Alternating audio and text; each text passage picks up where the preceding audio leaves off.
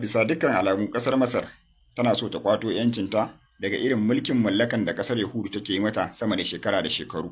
Ko kuma in ce kasar Masar ta fara bijirewa uwar ɗakin su wato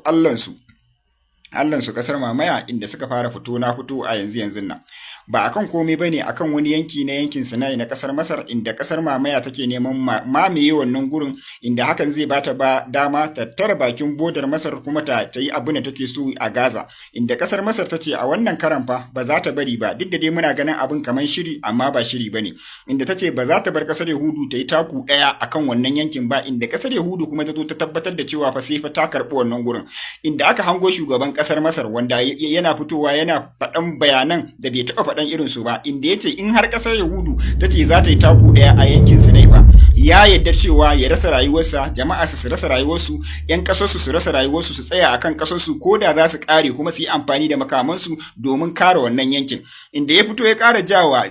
kasar mamaya kunne yake nuna musu cewa duk abin da kuke yi fa muna sane muna bin ku ne kawai amma a wannan karin an kai kadamin da ba za mu yadda ba kuma ba za mu daga mu kafa ba idan muka tsaya muka dubu bayanan da shugaban kasar Masar ya fito kai tsaye yayi wa kasar mamaya da kuma kasar Amerika wannan yana nuna cewa diyan da aka yi fa kasar Masar tana so ta zame wa kasar Amerika ta koma kasar Turkiya ta koma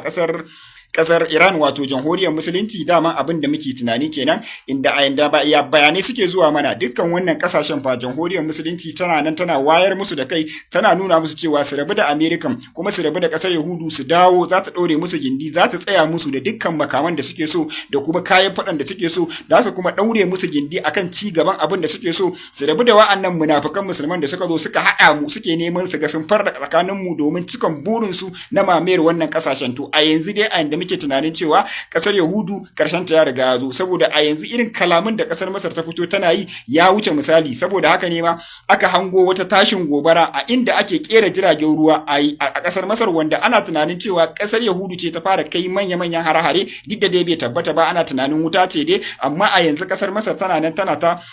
gyara makamanta tana gyara sojojinta na tunkarar kasar mamaya idan ta ce za ta kuskura ta zo yankin Sinai kuma ta ce za ta yi ne a bisa ƙarfin gwiwa a lokacin da suka fito suka jawo kasar mamaya da kuma kasar Amerikan kunne inda kuma kasar mamaya take ja musu kunne akan cewa kamar za su yi wasa da wuta ne idan suka ce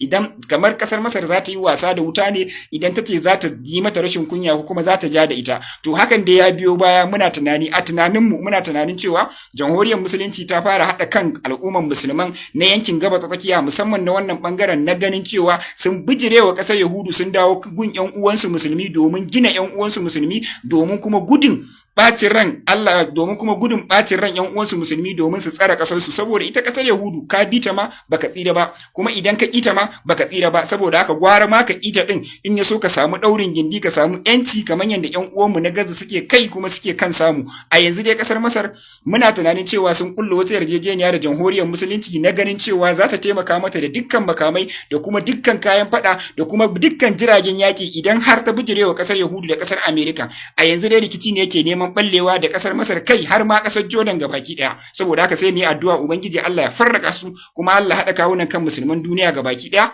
ya nuna mana munafikan musulmai abu ta kan to alhamdulillah jama'a a yanzu ne cikin daren nan muke samun labarin cewa kasar Turkiya tana nan tana shirye-shiryen kaiwa kasar Yemen hari hakan ya biyo baya ne a lokacin da aka hada baki da kasar Turkiya da kuma kasar Japan inda aka je aka ɗauko wasu mugayen makamai a cikin wasu manya-manyan jiragen ruwa wanda aka yi yawo da su aka tafi da su ƙasar Japan bayan an tafi da su ƙasar Japan aka sako su a cikin manya-manyan jirage na Turkiya aka sako wannan bama-baman za a kawo ƙasar Yahudu da shi saboda ana tunanin cewa idan aka sa shi a jirgin American ko kuma Ingila ko kuma Faransa dakarun musulunci na bakin ruwa ba za su bar wannan jirgin ba shine aka bi da shi aka kai shi Japan bayan an kai shi Japan aka sa shi a cikin jirgin Turkiya ake so a zo a wuce da shi ta bakin ruwa inda dakarunmu suka yi sanda suka kama wannan jiragen ba fa wai suka harbe shi ba a kama wannan jiragen suka kwace wannan bama-baman da kuma wa'annan motocin yakin da kuma wa'annan jiragen babban jirgi ne sosai wanda ya an lodo makamai kun san da cewa Trump yana hawa ya musu sanin din cewa duk makamin da suke so zai ba su. To yana musu wannan, sun je sun ɗauko wannan makamin suka yi wannan dogon yawon da shi, suka zo da shi ƙasar Japan, suna tunanin ta yaya za su yi su zo su wuce da shi wannan ruwan, inda za su kawa ƙasar mamaya, ita kuma ƙasar mamaya ta samu damar ci gaba da yakan ƴan uwanmu musulmi. Nan fa dakarunmu na bakin ruwa suka samu labarin, suka sandu wa'annan jiragen wanda aka lodo su a cikin jirgin Turkiya. Bayan ya zo daidai cikin wannan ruwan, dakarun musulunci suka kama wannan jirgin, suka yi garkuwa da shi, suka kwashe wannan makaman. Nan take dai kasar Yahudu ta rikice da kuma kasar American da kuma uwa uba kasar Turkiya, inda ta fito ta dinga cewa wannan kayan fa kayanta ne, saboda haka dakarunmu na bakin ruwa su saki wannan kayan. Ƙarshe ma ita kanta kasar Yahudun take neman taimako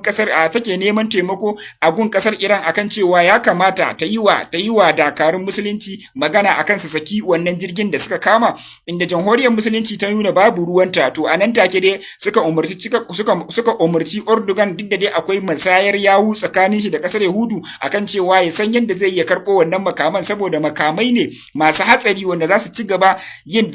da faɗaɗar kai hare-haren su yanda suka saba. A yanzu dai kasar mamaya, wato kasar jamhuriyar kasar Turkiya tana nan tana niyyar kai wa kasar Yemen hari. Ita kuma kasar Yemen ta nuna cewa tana shirye daga lokacin da ta kawo mata hari fa, to kar ta yi tunanin cewa ba za ta maida mata martani ba, kamar yadda take maida kasar mamaya martani a koda yaushe, ita ma za ta maida mata martani ba tare da duba cewa su waye suke cikin wannan kasar ba, kuma ba za ta bada wannan makamin ba. Kuma ta gano cewa wannan makamin ba wai na Turkiya bane. Turkiya ta hada baki ne, kai Allah raba mu da munafukar kasa, ta hada baki ne domin kaiwa